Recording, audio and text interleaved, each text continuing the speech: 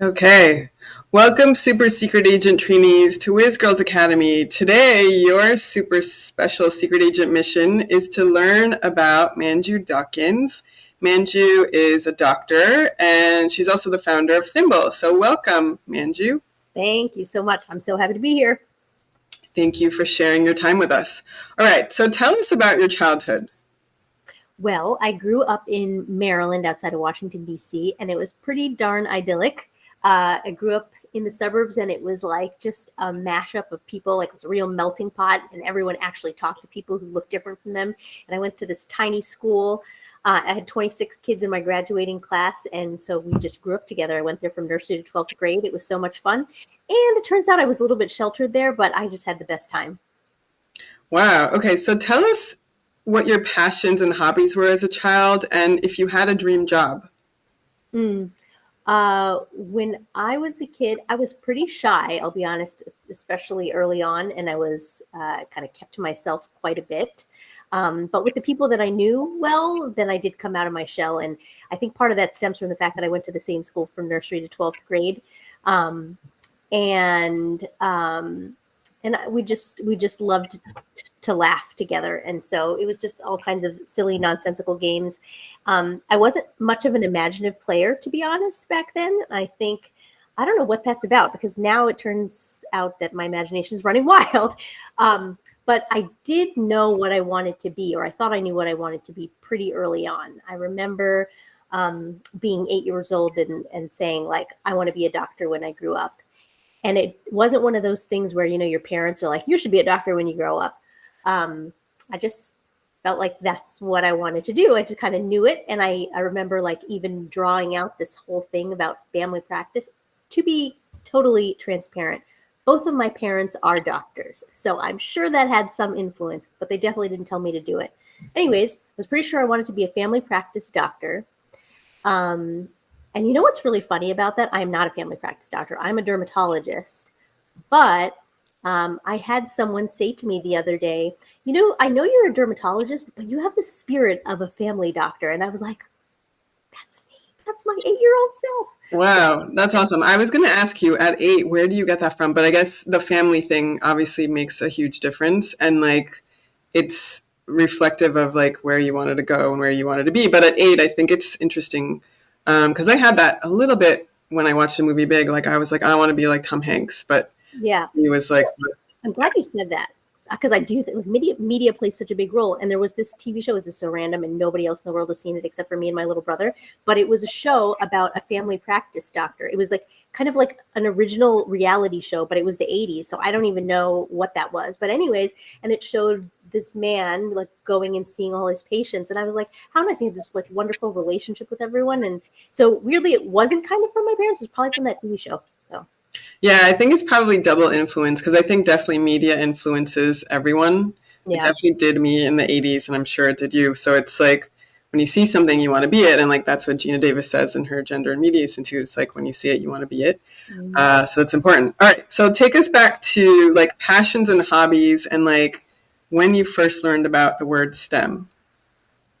You know, well, when I kind of got into middle school and high school, I really started to love sports, specifically basketball. So I was obsessed with basketball, everything basketball, and you can't tell, but I'm 5'2", and no one in my family ever played basketball, so it was a little bit of an odd choice, but I just loved it so much, and that it ended up I ended up playing in college and everything like that. So that, I would say, is probably my passion. Um, but it wasn't easy. I walked on to the team that I ended up playing on. So it wasn't like it was handed to me. I had to work for it, but it was one of the best experiences I ever had. And what was your other question?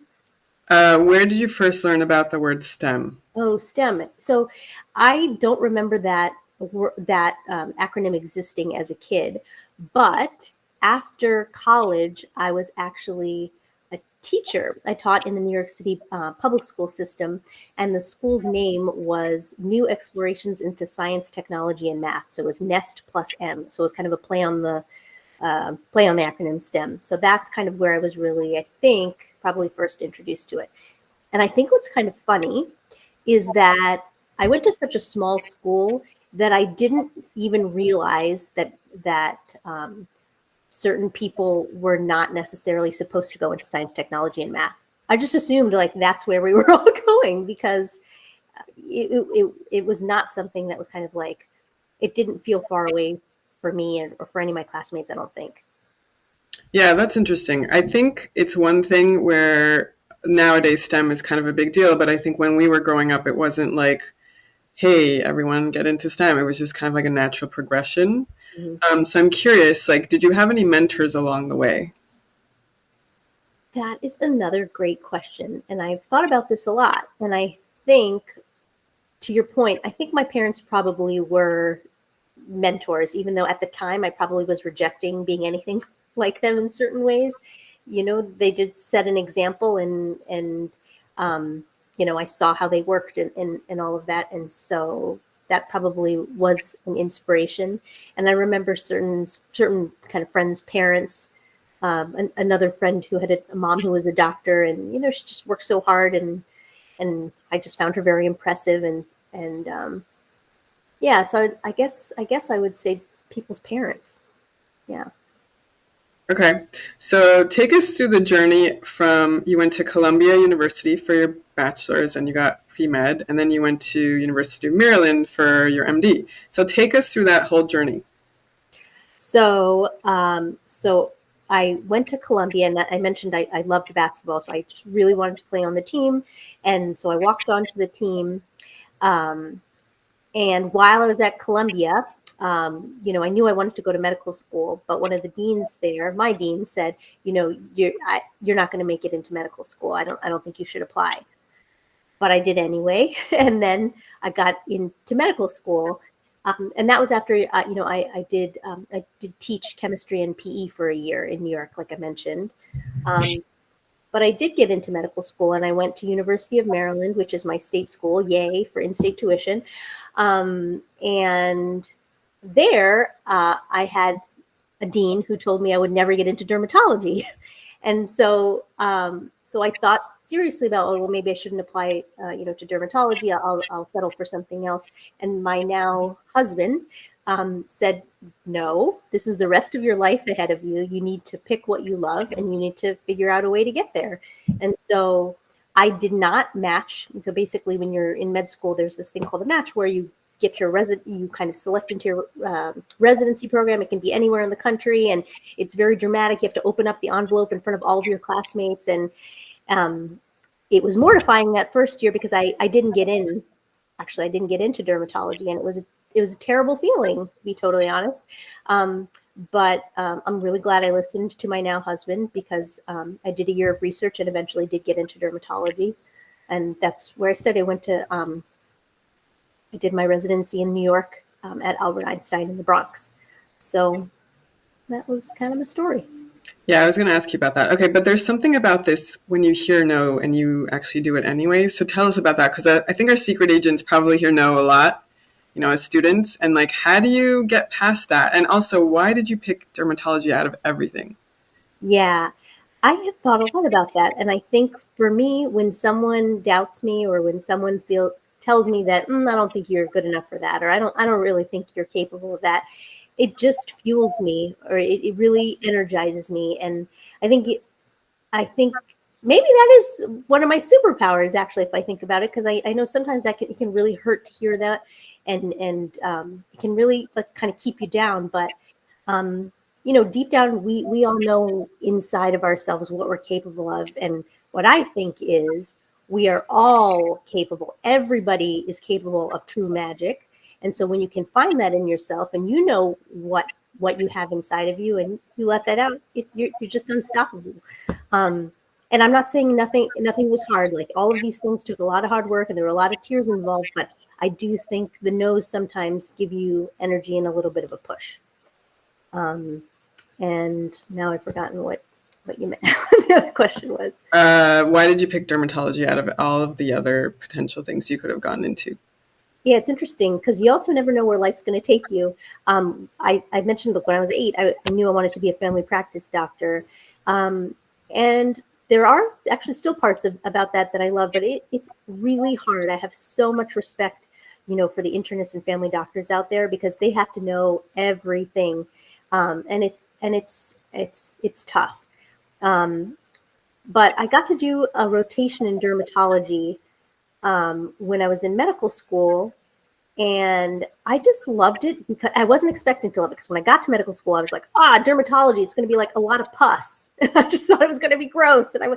But I loved it because it's a little bit of everything, right? It's like a little bit of diagnosis and medication management, but also surgery and procedures. And also people are generally excited to see you when you're the dermatologist. There's sometimes that I have to give bad news, but a lot of times, they're there because they want to be there, and I feel like I can really help them.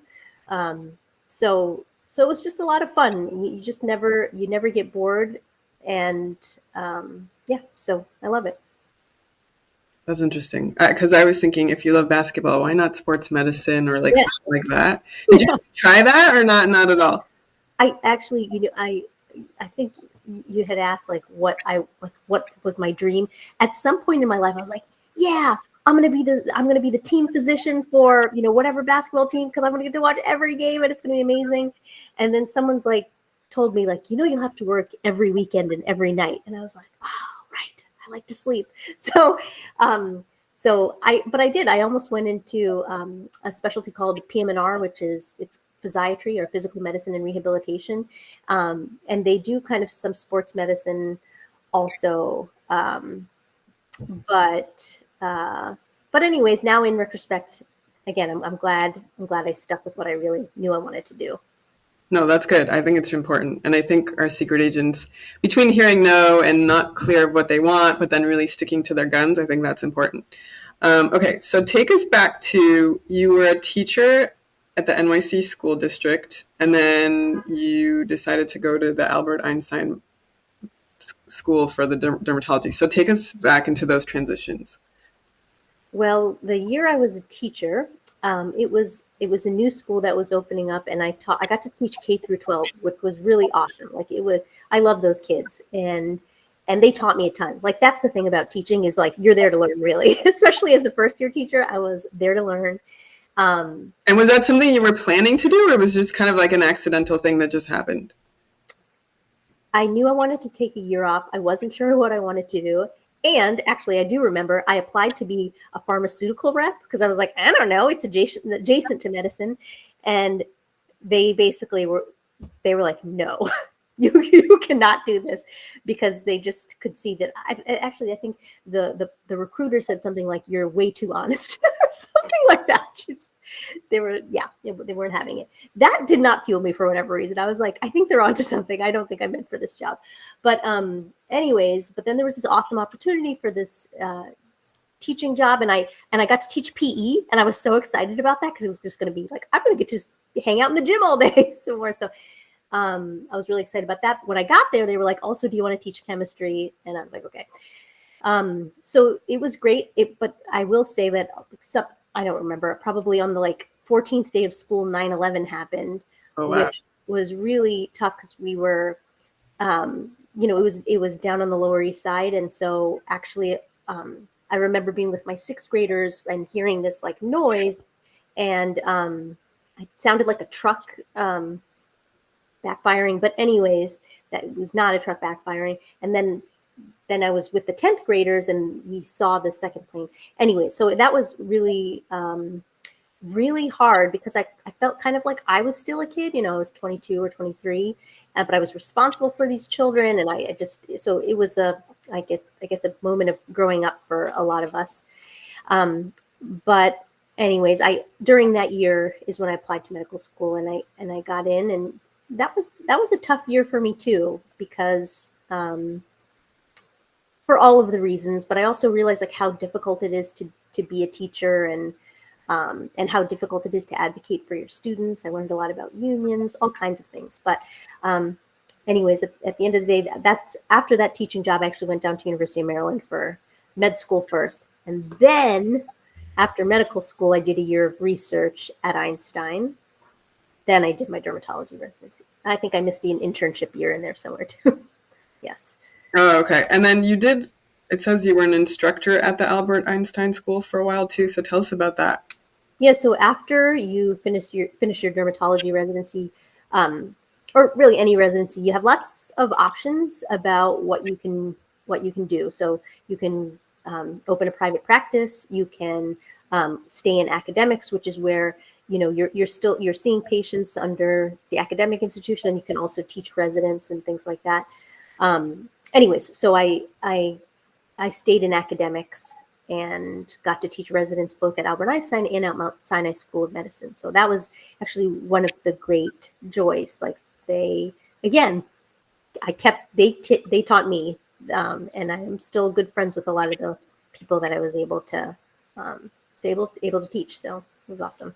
That's awesome. Okay. And at one point, did you come to LA and like walk us through like, okay, so now you're a dermatologist and like, how is that going? Like, how is that going? Yeah. The seeing the patients part was great. There are other things that sometimes are not so great. Like you can't, especially when you're working for someone else or working for a corporation or working for an institution, there are kind of rules that are imposed on you, and you might not be able to see patients in a way that you want to. I mean, there's lots of things. And so I was doing a little bit of everything. I was doing a little bit of academics and private practice and hospital-based medicine. I wasn't feeling completely fulfilled. And I just felt like, oh, there's just something more. I feel like I can have a bigger impact. If I could kind of either practice medicine the way I wanted to, or I just felt like there was something more out there. And so my husband is originally from Los Angeles. And so he'd always wanted to come back to Los Angeles. And I was like, we'll see. And by that time I had two kids, no, one and a half kids. I was pregnant, and it just felt like a now or never. Like, okay, I got a kid who's going into kindergarten. It's either we move to LA now or never. And it was just the right time, and it was the greatest move, just because, like, every city, every place has its own culture, and the culture is very different from New York to Los Angeles. And I think I was ready for a little bit of change, and I was ready for the ocean. And that was kind of that period of moving, when we were moving from New York to Los Angeles, was the first time in a long time that I had a break from medicine. And it was during that time that the idea for Thimble was born. So I'm very thankful for that time.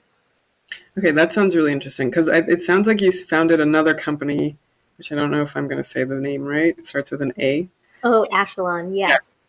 So Ashelon is the kind of name of, it's the corporate structure name. So it's the name of our C Corp, and under that is Thimble. And so Ashelon's mission is we want to improve medical experiences for everyone. There are lots of ways that I think we could do that, but the first way that we are going to do that is with Thimble. And so that's kind of the main project under Ashelon. Okay, so now you're an entrepreneur. So tell us how that all came about, and like, how has that journey been so far? It's been crazy and fun. So, I mean, I think one thing that is helpful to know is, like, I mentioned, I knew I wanted to be a doctor. I did not know anything about business. I have no family members in business. Everyone is all about stability. Like, how do you get the health insurance and the regular paycheck? And so I can't even explain where this came from. And for me, I don't think it's necessarily like, I want to be an entrepreneur, I'm going to do this. It felt like more like, hey, there's this problem, and I think, like, I can do something about it. And so that's what I'm doing here, kind of thing. And I think a part of it was stemming from my, like, that feeling I was talking about, like when I was practicing as a physician, like being with the patients was awesome, but there was just like some friction, or there felt like there was something missing. And it, part of it is just like, it feels like that relationship between the patient and the physician was just like getting really fractured. And I did not like that feeling, and I just wanted to do something about it. So, yeah, that's how it started. All right, so tell our secret agents what problem you're solving with Thimble. Nobody likes shots. that is the problem, and of course, most kids hate needles, but now a quarter of adults hate needles. And it makes sense because kids grow up to be adults. And when I was a kid, I got 6 shots before the age of 6. But my kids, I have 2 daughters, each of them has gotten 36 shots each in that same time, which is fantastic because we have new great medications and immunizations and all these things. So we're protecting and treating disease better than ever. But if we continue to ignore the pain and trauma that, these needle procedures can cause, like, we're going to have another generation with even worse needle phobia. And I think it's part of the reason, like the fact that, unfortunately, right now we do have to induce a lot of pain a lot of the times in medicine. And I think if we can take better care of all the little pains that we call, little in quotation marks, then I think it'll help repair some of that kind of broken relationship. And that's my hope. Wow. Okay. So how long has it been with Thimble? And then how do you envision like the future of the world with Thimble? So that move happened in 2016. So that was kind of the seed of the idea. Let me go back a second. My older daughter is 13 now, and the real seed started when I took her in for her first shot. And, they're 4 weeks old at that first visit. And you don't really think they're capable of that much emotion, but she looked straight up at me and was like, how could you let that happen to me? Like, she was bewildered that I would let this lady poke her, and I just like offered her up for that. And it was very, I just won't forget that look on her face. And then I felt terrible. I was like, wow, I really should have done better. And anyways, so then I started hacking some of my own solutions and, I was in a position of privilege because I was a doctor. So I'm able to get prescriptions and things like that. But what is everybody else doing? And so then in 2016, that's when we started working on the idea. And it is pretty daunting, right? Like, I've never done this before. I don't know how to start a business. I didn't go to business school. But that's what I'm talking about when I say, like, we're all capable of things that we cannot even imagine. Like, we all have that potential inside of us, and we all have the ability to be curious and to learn. And so when you have an interest in something, you're going to put your mind to it and you're going to figure it out. And that's kind of what's happened is we've developed a patch that you put on before any shot to prevent the pain. And then we have a patch that you put on afterwards to alleviate the soreness and ache that happens afterwards. And we have an app that puts together all the research-backed techniques and tools to make it a little easier. So like things like using your breath to take the pain and anxiety away, using distraction, using applied muscle tension, progressive muscle relaxation. So anyways, all the simple things that, why haven't we been doing, Yeah, wow, that's amazing. And where can like our secret agents find Thimble? Is it like the app came first, or was it like you actually created the product first? Like, tell us how that came about. Yeah, the work really started on the patch that you put on before, and that is going to be out hopefully in the next few months. And it's been a long road. It is hard because it's basically like just, a small like a small family trying to like basically start what's essentially, like a medical, it's like a pharmaceutical company if you think about it. I won't even get into that, but it has been a lot of work, but I have learned so much along the way, and I don't regret a second of it. So that'll be out on our website, thimblehealth.com, in a few months. And what you can get now is the Recover patch, which is the post-procedure patch. So this is the one that you put on after, for example, after your COVID booster or your flu shot or your any vaccine or any blood draw, just to take some of that soreness and pain that you get away. And the app is coming. The app is coming. So. All right, so it's in development. Okay, so we'll add those to the show notes for sure. All right, so tell us what you learned when you were 11 years old that you've kept with you today. When I was 11, I think what I love about that age and what I've said to my kids is I think fourth graders should be running the world, because fourth graders have all the knowledge, like they can absorb, they can read well, they can comprehend, but they have none of the prejudice and none of the bias that comes with living on planet Earth for too long amongst adults. And And yeah, I think, and that's what I see in both my own kids and other kids, is like they really understand fairness and the fact that life is not a zero-sum game. They understand cooperation, and so I stand by that. Fourth graders for president. And I think at that point, when I was 11, I also hadn't developed as much fear and self-doubt as one does when you become like a teenager and a young adult. And I didn't really see limitations, and I think I did think like, yeah, I'm going to be a doctor, and then we're going to do this. Like I didn't really have a lot of doubt at that point in my life, and I love that. I was going to say I want to go back there. I'm like, no, I don't. I mean, I'm good where I am right now. All right, we're going to switch to, that's a really good point. We're going to switch to some student questions, and then actually this is a comment and a question. So you are a real life superhero and a role model. Thank you. Have you had someone who inspired you in your journey, in your STEM journey specifically? And how did their encouragement help you become even more awesome? There have been a lot of people that have inspired me.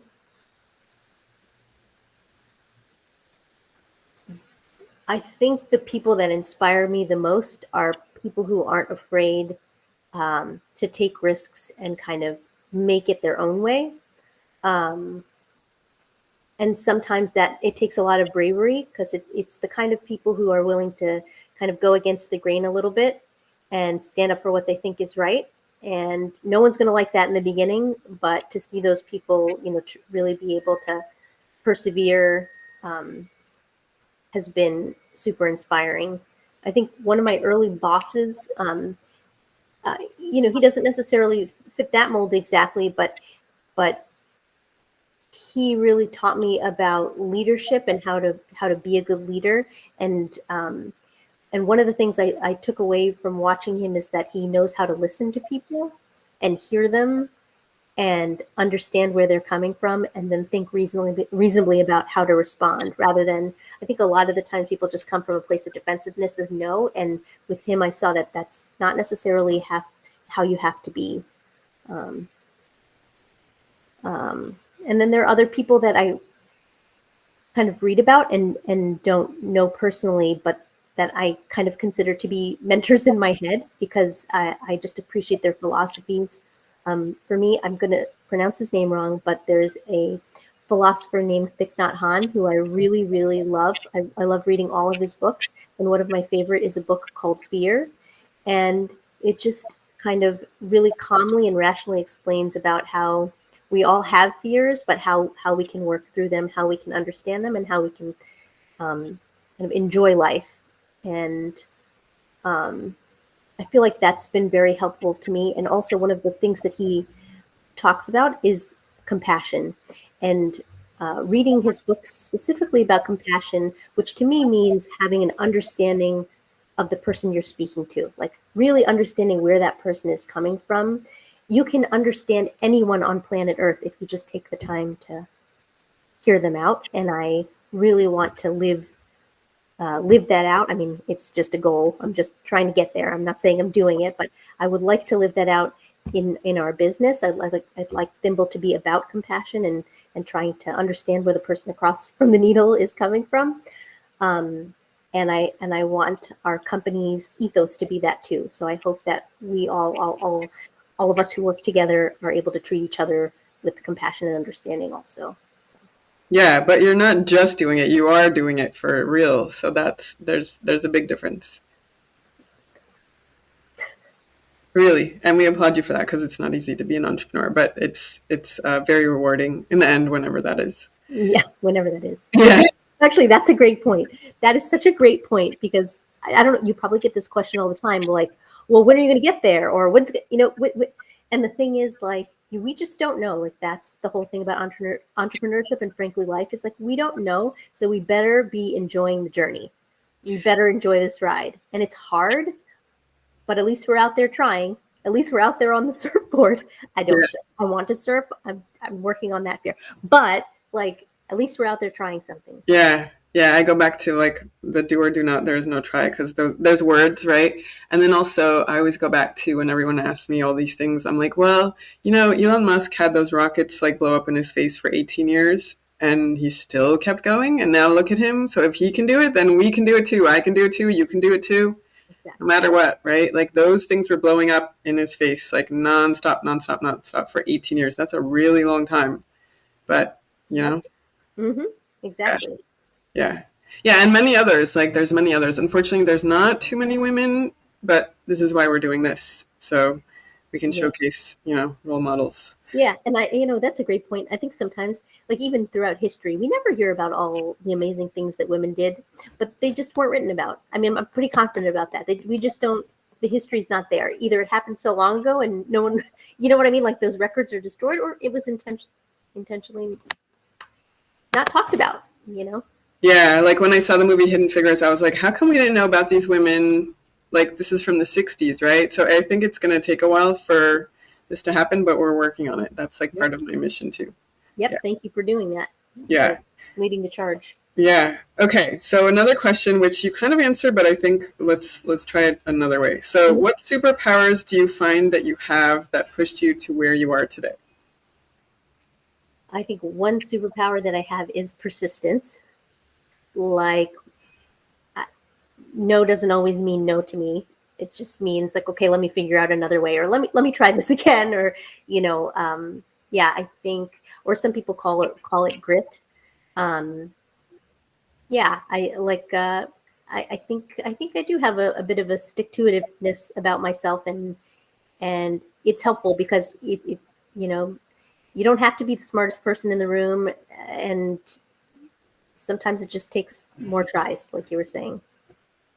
Yeah, and I think for me, when I hear no, it's like, okay, well, not right now, or like, where's the back door, or whatever. Like, Yeah, always kind of like a joke. So, totally. And the yeah. other thing is like sometimes I have to remind myself this now is like because I hear plenty of no's as you as you probably uh, can empathize with, but like it just means no for maybe that person, or maybe they just aren't in the right place to understand where I'm coming from, or this isn't the right fit anyway, and that's okay. Like I cannot take it personally. I used to take a lot of things personally, but it isn't personal. It's just that's where they are, and here's where I am, and I can't let another person's voice or decision make me feel a certain way about myself and my value and my project, whatever it is. So I feel like that's another important lesson I've learned. Don't take things personally. Yeah, I think that's a big one because there's a lot of things that can happen along the way, but you just have to be strong and like step into your power literally, and that's kind of like a superpower as well. Yeah. But I think it's important to not take it like seriously or let it affect you because like I think we all in the beginning it's like in school we're told don't do this, don't do that, like you have the time for this, like there's very specific things, but then as you grow older and then also be an entrepreneur you have to like experiment with different things and like the whole thing with Thomas Edison, right? Like it took 1,000 tries for the light bulb. Like there's so many ways and means of doing it. We don't know exactly what the direction is. I call it being on the yellow brick road. Like sometimes we Yeah. get stuck on the red brick road. Like it's not fun. It's like how do we get off, that experience? Um, I love that you said don't take it too seriously, because I think that's a great point that no one talks about, is that we shouldn't really take life too seriously, should we? Like it's a short time we have here on planet Earth, so we better have fun. And all the great things come out of playing. So like we should just keep playing in life, because that's where great inventions come from. Just playing around, like having fun, doing what you love, like that's where the greatness and like real creativity comes from. So um yeah, I hope we kind of come back to more of that. yeah, actually, that's a really good point. So, like, what do you recommend for our super secret agents that want to invent something from scratch? And like, what is there like a process that you followed, or was it like a creative thing? Were you like brainstorming? Like, tell us about that a little bit. Yeah, I think in retrospect now, I don't think it's necessarily about thinking really hard about a problem. I don't think it's thinking. I think it's like has to come from deep inside you, just like like true inspiration. Like it has to kind of come from your heart, really, or somewhere deeper inside, and it's a different feeling than scrunching your forehead and thinking about something like that. It's just like I know, and then like it's like I guess a light bulb moment, whatever. And then how does that happen? And I think there's research about this that kind of like to me ties into the idea of flow. And that is when you are in a completely relaxed state and you are enjoying yourself. You're literally enjoying yourself and just in the moment, and something comes to you. And I say all that because I think we can create those, that environment for ourselves in different ways. Like we can give ourselves space and time to just truly relax and to breathe, take deep breaths, take deep abdominal breaths, or to sit and meditate, which it's not that serious. It's literally just sitting there and thinking about nothing. But that's where like real kind of creativity happens. I think sometimes when we force ourselves to come up with an idea, like it's going to be forced and it's not going to really be your true, like your real gold. You know what I mean? Yeah, I think that goes back to like when we have a deadline with our homework, or we have a deadline with a paper in college, or we have a deadline with an investor or whatever that is. It's pressure, right? So like you're basically saying, don't let the pressure take over. Just kind of like do something that like makes you happy and like gets you in your flow state, whatever that is. Yeah. Yeah. I mean, both sides can work, right? Because I will say a little pressure does help me get things done too. But like that's to like execute tasks, pressure for me anyway. Like when there's a deadline, it makes me do the thing faster. But if it's like something that where I need to be creative, I feel like I need some space around myself. Yeah, that makes total sense. Okay. Looking into the future is exciting. What do you imagine for girls in STEM down the road? And how can we make sure that everyone gets a chance to be part of the STEM adventure? Oh man, it's so much fun. So I'm like, of course everyone's going to want to do this. I mean, well, what I really think is you need to do what your soul wants to do. And so for some people that is going to be science, and some people it's going to be math, and for some people it's going to be painting. And that those are all wonderful things. And so and it's not necessarily going to be one or the other, because I think that's another fallacy that I had told myself earlier on, where it's like, oh no, I'm a science person, I'm a math person, I can't draw. But those two things are not exclusive. And so anyways, I just say that to say don't limit yourself. But I guess like for the future, that is kind of one of the things I would like to see happen, is the incorporation of that kind of left brain stuff like science, tech, math with the right brain stuff. And like, how do those two things come together? Like, I think that's where the real, gold and innovation is going to come from. So how do we marry those things? Yeah, so I'm excited about the future, and I hope that young people these days don't feel limited, and I hope that whole stigma of like girls shouldn't be doing this is just like way long gone, because that just seems totally insane to me. We were built for this, so. Yeah, that's wild. That's interesting, because what we do at WhizGirls Academy with the hackathons is totally right brain, left brain. We're doing meditation, we're doing fitness, but we're also learning how to code. We're also learning how to like do 60-second pitches, how to work in a team, like entrepreneurship, all the things. So Oh, I love an that. interesting point that you brought up, because we're doing it. Yes, I love it. All right. So what advice would you give our aspiring secret agent trainees in the audience? My advice would be to take the time to listen to yourself. And again, that's going to take quiet and space, because you're going to hear a lot of messages coming from the outside, from your teachers and professors and other kind of adults and kids and all these things. And some of it's going to be positive, some of it's going to be negative. But if you can find a way to find your truth, because sometimes even the positive stuff isn't necessarily true, even the negative stuff, you have to find what your truth is and what you enjoy and what you love doing, and then execute on that. Because I think that's what kind of hopefully, I think, leads to joy in life. So true. Okay, and how can our special secret agent trainees follow your journey moving forward? Is it Instagram, your website? Like, what's the best way if anybody wants to reach out, other than buying, Thimble? Oh, yeah. Yes, of course. We are on Instagram at thimble.health. We're also on Facebook, but nobody uses that anymore. So for me, and so at thimble.health. And we've also got a website, thimblehealth.com, and we have a blog there where we post stories. So, and if any of you want to tell your story about your own medical experience or your own experience getting your blood drawn or getting shots or anything like that, and you want to just talk about how you get by, how you get through it, even if it's not a problem for you, we just want people to share their stories, again, to kind of create more understanding, and how can we help each other in that process? How can we make the experience better for other people? So if you have stories, definitely reach out to me. You can always email me also at team@thimblehealth.com. Okay, awesome. Now we're going to switch to the 60-second fast answers, and then we'll do key takeaways. All right, so favorite toy as a child? Light Bright. That was awesome. Yeah, I remember that. I think it was Hasbro, actually. Was it? I can't remember. And I tried to find it again like recently, but I don't know. I don't know. I think it's definitely the only company I didn't work for. So I always go back to Hasbro because it wasn't Mattel and it wasn't MGA. So there's that. Okay. Favorite video game? Classic Super Mario Brothers 3. Oh, nice. Yeah, that was awesome. Did you watch the movie?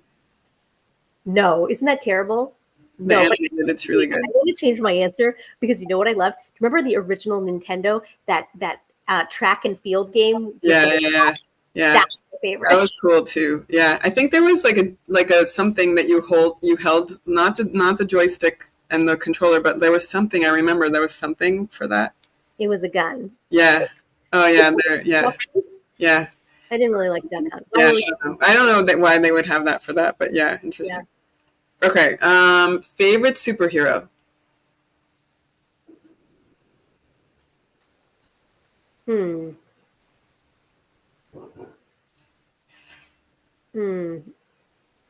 don't know. I'm not sure. I might have to think about this a little bit more. But, okay, I got an answer. No one's going to enjoy it except for me. But I just watched an excellent film, My Little Pony, The New Generation, sing-along version only. Please get the sing-along version because the words of the songs are brilliant. And Sunny is the main character, and she unites the unicorns and the earth ponies and the alicorns. No, not alicorn. Yeah, she's a real hero. Wow, that sounds cool. I remember My Little Pony's definitely Hasbro, and that, yeah, okay, I'm gonna add that to my list. Yep. Sci-fi, so it could be Star Wars or Star Trek or both or something else we've never heard of. I remember really liking Spaceballs. That's fun. Really fun. Favorite animated series as a child? Okay. I really, for some reason, enjoyed Gem and the Holograms. Yeah, the star earrings. I don't really know what it was beyond. The songs were good. They were good songs. You know, the bad girls had the better songs. Yeah, I remember Gem was awesome. Yeah. Pizzazz had good songs. Yeah, no, really good. Again, what about like favorite show you're watching now? I finished it sadly, but I love Ted Lasso. I love it. I need to watch it again. Ted Lasso. Yes. Yeah. Okay. Let's see. Let's do key takeaways now, and then if we missed anything, just please let us know. Continue practicing your passions. Pursue your dreams, even if there are doubts. Stick to your guts and do what you want. Understand that there will be obstacles and difficulties along your journey. Don't be afraid to take risks and make it your own way. Gauge bravery and persevere through. Try to be a good leader. You don't have to be the smartest person in the room as long as you have a lot of grit. Play around and have fun because that's where creativity comes from. Take the time to listen to yourself. Fantastic. You know, one thing that you asked that I didn't answer that I think I would like to is you asked like where I hope Thimble will be in a few years. And I don't know where it's going to end up, but what I do hope is that we're able to change the standard of care for needle procedures. And I hope that means that everybody has access for pain management, both before and after needle procedures, pain and anxiety management before and after. So hopefully that means that Thimble, is in every hospital and is in every doctor's office and is given to you at every retail pharmacy. But I just hope the problem gets solved. Yeah, I mean, I think you're doing it. And the fact that you have the vision and you see the future, that's a big part of it, right? Envisioning it and feeling it and wanting to make a change and solving this problem because it is a big problem. I know a lot of people that don't like getting shots, and obviously a lot of kids aren't happy about that either. So yeah, I think you're onto something. So you just got to keep going, and we're excited to follow your journey moving forward. So thank you so much for taking the time to share with us. Thank you so much for having me. This was so fun, and I love that you're doing this. You're changing the world. Oh, thank you. Well, that's a wrap for our WhizGirls Academy sessions today, Super Secret Agents. We'll see you back here again tomorrow. Thank you so much. Bye.